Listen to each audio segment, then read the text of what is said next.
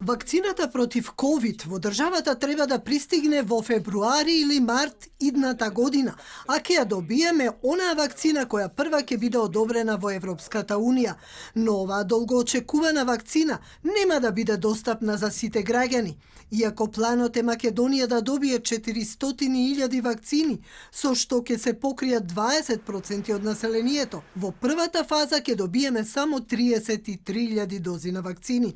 Тоа е така регулирано преку COVID механизмот за распределба, на кој пристапи и нашата држава, вели за ТВ24 Александра Гроздановска, председателка на Комисијата за имунизација. Ќе биде препорачана првенствено за ризичните групи, тоа се пред се здравствените работници кои што се во првата линија во фронтот и кои што секојдневно работат со COVID пациенти, потоа како категорија на приматели кои што би требало да влезат во приоритетните групи се хронично болни и пациентите над 65 години и секако една голема група, а тоа е логистиката, администрацијата и транспортот. За дистрибуција и чување на вакцината треба посебни услови и температура. Здравствените власти направиле анализа и доправа ќе набавуваат опрема за чување на вакцината.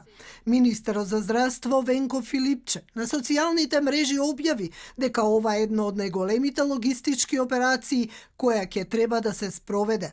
Ова ќе биде една од најголемите логистички операции која ќе треба да ја спроведеме.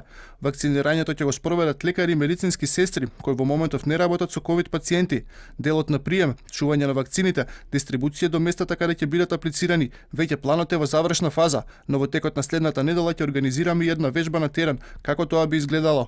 Ако се следи оваа динамика со само првично 33.000 дози на вакцини, дали тоа ќе значи дека целиот процес практично ќе трае во целата прва половина од идната година? Експертите веќе посочија дека процесот воопшто не е едноставен, со самото тоа што целата организација ќе бара извонредни услови.